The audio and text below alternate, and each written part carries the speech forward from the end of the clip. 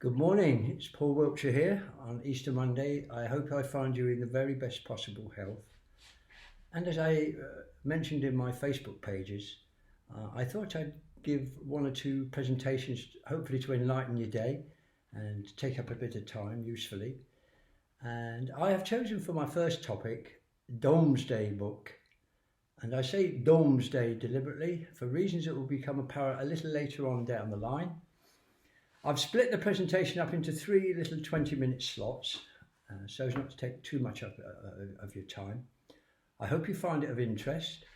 On my Facebook page, you will see I'll drop in a few photographs to go with each series of presentations to help you understand and visualize what it is that I'm talking about. I think English history is extensive, usually illustrious, not always of course, but I think the strongest part of our culture lies in our written history, which is extraordinarily rich, and Domesday Book is no exception. It is a unique English treasure, not a British treasure, unique to this country. And as I talk, I think there'll be a few surprises for some of you. And I think the first will come with the fact that the Domesday Book is comprised actually of two books or volumes. There has never been a single Domesday Book. You can see a photograph of them on my Facebook page, and I'll look at them in a lot more detail as the presentation develops. As I said earlier, I'll have a look at that title, Domesday, why I use that expression, what it means, and I'll discuss that presentation extensively. Now, interestingly, I'm going to be reading to you and quoting occasionally from entries that were made in a document, a wonderful manuscript called the Anglo-Saxon Chronicle. Now, this is effectively a collection of contemporary or near contemporary manuscripts in the form of diaries, started around 880 AD on the instructions of King Alfred the Great. They were maintained right up until the 12th century in one respect, at various English cathedrals, monasteries, and significantly they were written in Anglo-Saxon or Old English, the two mean the same, and they contain the words of men and women who lived through the events that I'm going to describe. But more importantly, they give us the only account of an English person's point of view. All war is described and all ancient documents written by the victors. But here we have an instance of those who were defeated at Hastings giving their point of view. And it's not always complimentary, as you will see. I have a few copies of Domesday Book with me. Again, I'll talk about those and show them to you towards the end of the presentation.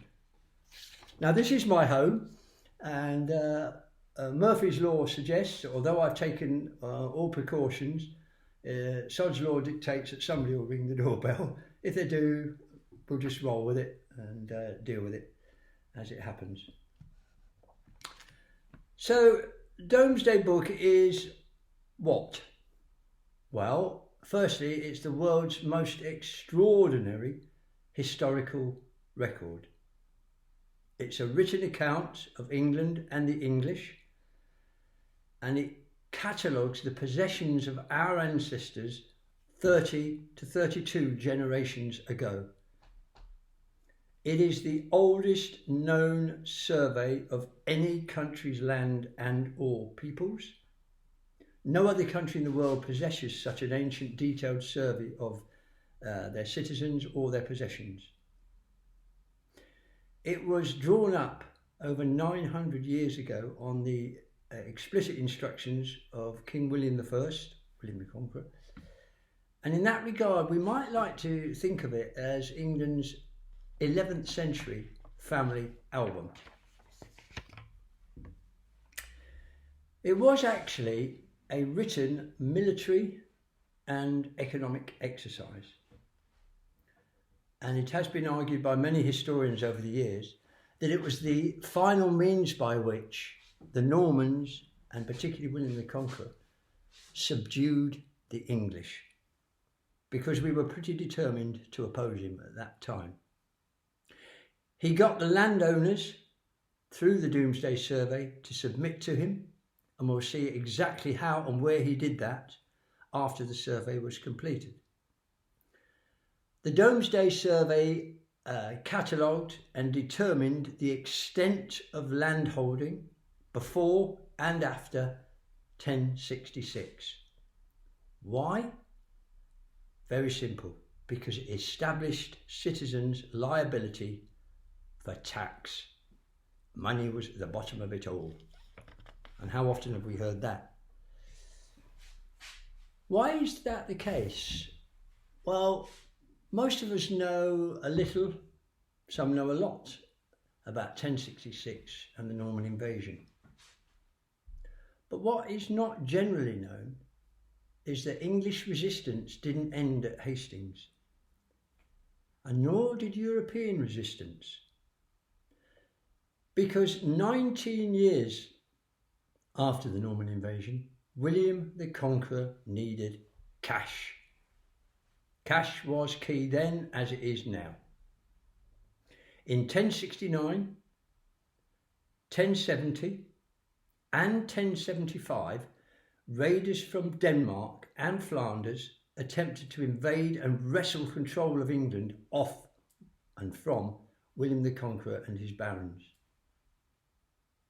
He shored up England's defences in quite a remarkable way, because particularly on the eastern side of the country where I'm based, he had the shorelines laid completely to waste so as to make an invasion and landing unattractive and extremely difficult. Now, these weren't flippant invasion plans. These were pretty serious threats from very ambitious rulers who were keen to take advantage of William's unpopularity with the English, because as sure as eggs is eggs, we hated the Normans at that time, being no doubt about that. Now, it doesn't take much of a leap of faith to realise that Englishmen had been writing to some of these foreign warriors and potential invaders to encourage them in those endeavours. We wanted rid of the Normans. So William the Conqueror, who was in Normandy at the time that he heard of one particular serious invasion threat, and he thus amassed a huge army, returned to England with probably the largest land force that's ever been brought into this country from abroad. Now, those armies, their loyalty and the wages, of course, had to be paid for. So now we're going back to the question of cash, and we're starting to get some understanding of why William the Conqueror needed cash. In respect of those armies, I'm going to go straight to the Anglo-Saxon Chronicle, and I have a document which lists those Anglo-Saxon chronicles here. And I'm going to read straight from the mouths of the men who were writing at that time. Now, this is an entry for the year 1085, when William the Conqueror is in Normandy. And the scribe says this: "When William, King of England, learnt about this, he was then staying in Normandy, because he owned both England and Normandy. He travelled into England with a greater raiding army of mounted men and infantry from the kingdom of France and from Brittany, as had ever sought out this country before, such that men wondered how this land could feed all that raiding army." Remember what I said earlier about cash, William the Conqueror needing cash. More from that Anglo-Saxon Chronicle entry in a moment. So now William the Conqueror is back in England. He's made several trips, increasing the size of his army exponentially. A little word about those potential invaders. Not only did they want to wrestle control of England from William, their ambitions focused on other aspects also. Because from the 10th century, England was a very attractive proposition for invaders. For goodness sake, that's why King William I came here in the first place. It was wealthy. It was a very efficient country. And it was the efficient administration that we had at that time, which was able to harness the great wealth that we had, particularly in terms of war. It had the most advanced form of local government in Europe. There's a thing. The country was governed through the shires, and they were commanded en masse by a circuit of earls. So each earl might have several shires within his area of responsibility. The shire reeves, or sheriffs, collected taxes in those shires on the king's behalf. And they were responsible also for maintaining peace. And we'll have a brief look at that insofar as it appertains to Nottinghamshire, my own home county, towards the end of the presentation. So those highly efficient forms of local government were very, very attractive to European rulers, because you could have the wealthiest country in the world at ground level. But if you can't harness that wealth, it's of no use to anybody.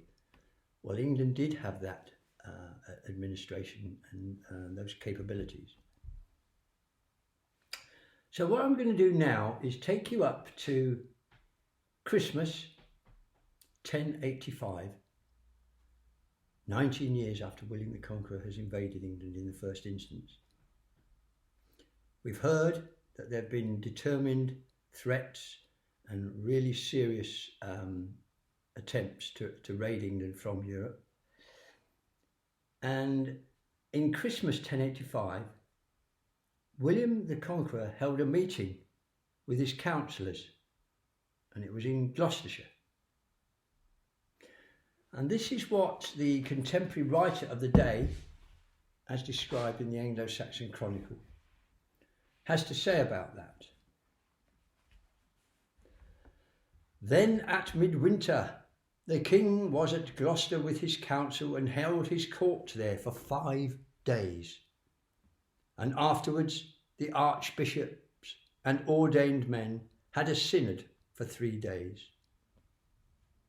After this the king had great thought and very deep conversation with the council about this land, how it was occupied and with which men. Then he sent his council all over England into every shire, and had them ascertained how many hundreds of hides there were in the shire, or what land and livestock the king himself had in the land, or what dues he hoped to have in 12 months. Now there's a key. From that shire. Also, he had it recorded how much land his archbishops had, and his diocesan bishops, his abbots, and his earls. Though I tell it at too great a length, what or how each man was occupying the land here in England in terms of land or livestock, and how much money it was worth. And then it concludes with a wonderful little sentence. He had it investigated so very narrowly that there was not one single hide, not 1 yard of land, not even, it is shameful to tell, but it seemed no shame to him to do it, 1 ox, 1 cow, and not even 1 pig that was left out, that was not set down in his records. And all those records were brought to him afterwards. Remember, the Anglo-Saxon Chronicle articulates the words of the English people. Very important. So on the 1st of January 1086, William the Conqueror sends men all over England to survey his kingdom. He divides the country and the shires into 7 circuits. And we still hear that name today, don't we? Circuits, circuit judges. Well, it comes directly from this period. So England's been divided into 7 circuits. And he's appointed commissioners for each of those circuits. They're given a very, very clear remit. And there is surviving evidence of what that written remit looked like. And we'll come back to that in a little while. By comparing the manner in which the information was recorded, it has been possible to identify 6 of the 7 circuits.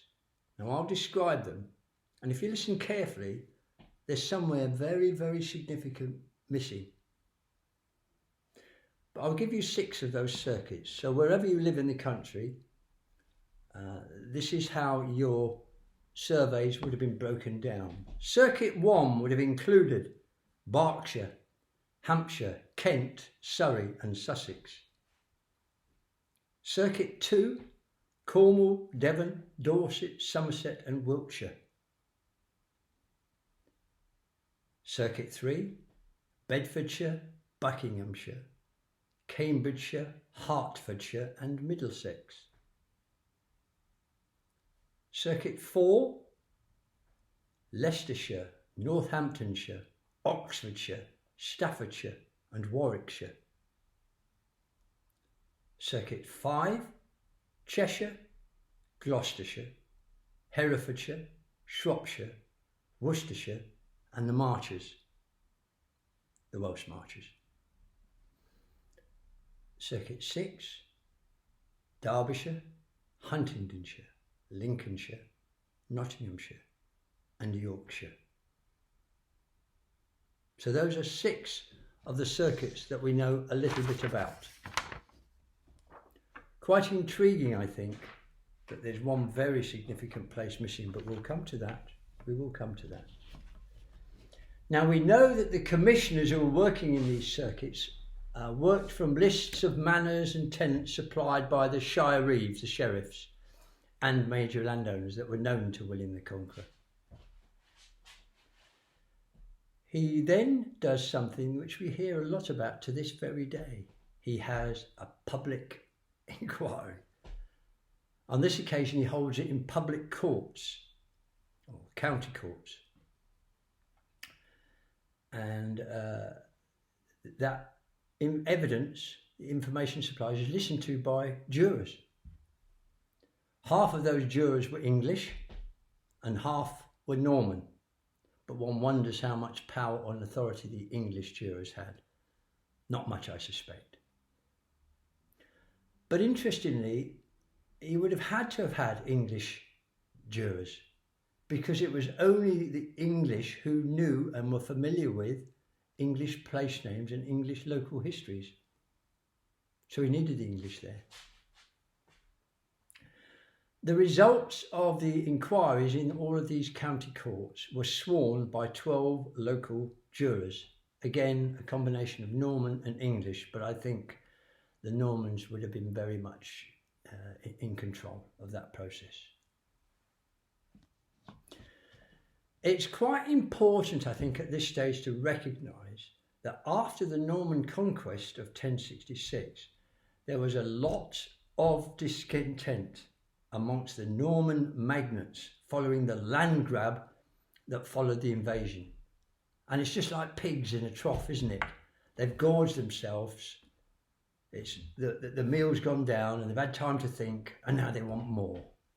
That's very much how it was operating at that time.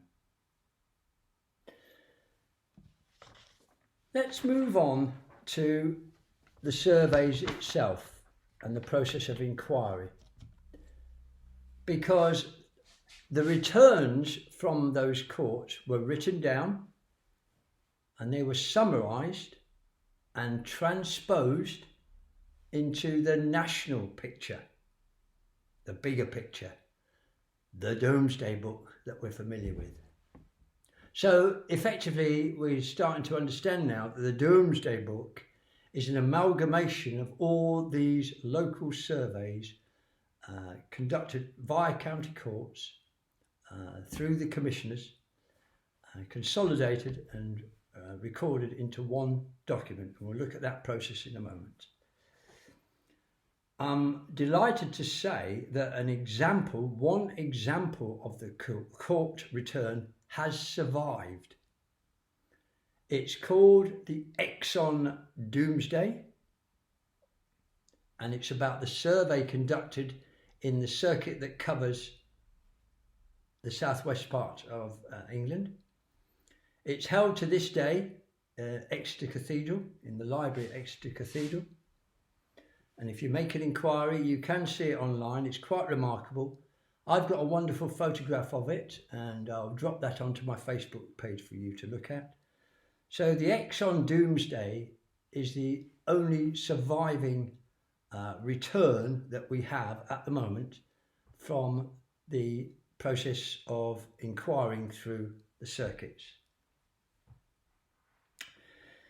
Interestingly, one of the initial forms of questionnaires and instructions to the commissioners has also survived. It's held in the British Library, and it appertains to the area of Ely in East Anglia, and it's called the Inquisitio Eliensis, or Ely Inquiry if you like. It's a set of 12th century manuscripts copied from what would have been the original brief given to William's commissioners. Okay. It specifies that the commissioners are to ascertain the names of the place that they were investigating, who held the land before 1066, who held it at the point of invasion in 1066, and who held it after 1066, i.e. who holds it now. It specifies how many hides, that's standard divisions of land for tax purposes, how many ploughs, that is how much land could be ploughed by 8 oxen there were in each area, how many villeins, a villain was an unfree peasant who owed service to his lord, how much woodland, meadow, pasture, mills and fish ponds. Very, very detailed.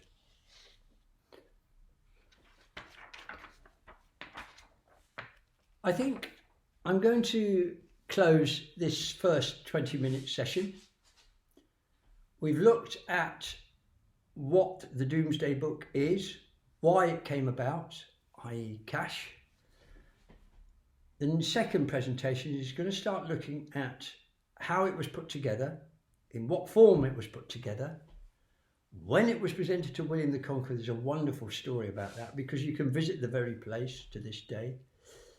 And then in the third part, we'll look a little bit in later years, what was done with the information that accrued. For now, thank you for your attention.